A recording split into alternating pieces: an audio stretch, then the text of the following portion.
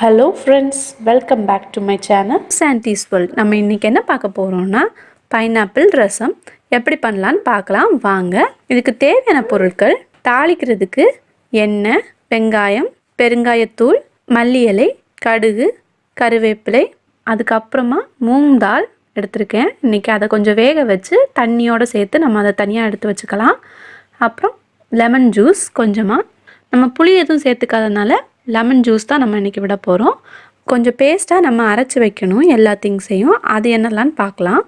Pineapple 2 cup, தக்காளி 1, pepper 1 teaspoon, ஜீரகம் 1 teaspoon, வெள்ளைப்பூண்டு 4லேருந்து 5 பல் எடுத்துக்கோங்க.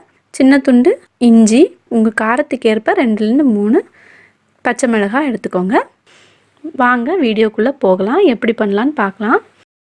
ஒரு பேனில் ஆயில் ஊற்றி அது சூடானதும் நம்ம கடுகு போடலாம்.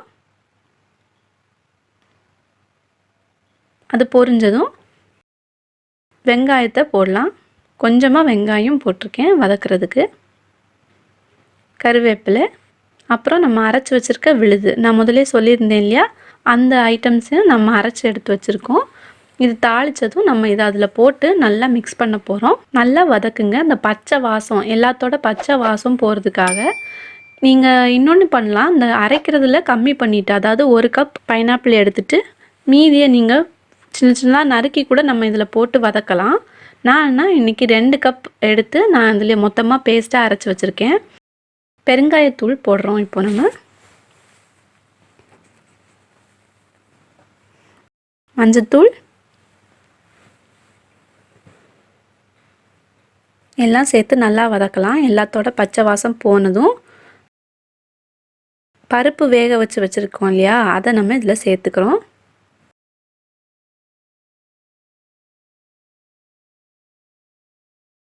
பருப்பு ஊற்றுனதுக்கப்புறம் தண்ணியும் ஊற்றி கொஞ்ச நேரம் ஸ்லிம்லேயே வச்சு சின்னதாக ஒரு கொதி வந்ததும் நம்ம ஆஃப் பண்ணிடலாம்.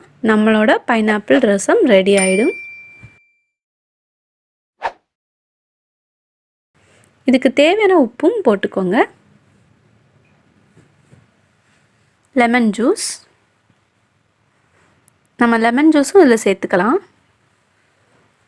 புளி எதுவும் எடுத்துக்காததுனால நம்ம லெமன் ஜூஸ் சேர்த்துக்கிறோம். பெப்பர் பொடி,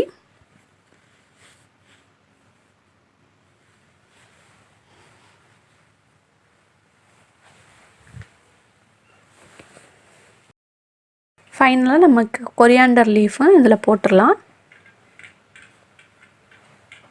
சைடு ஓரமாக அப்படி ஒரு கொதி வரும்போது நம்ம ஆஃப் பண்ணிடலாம்.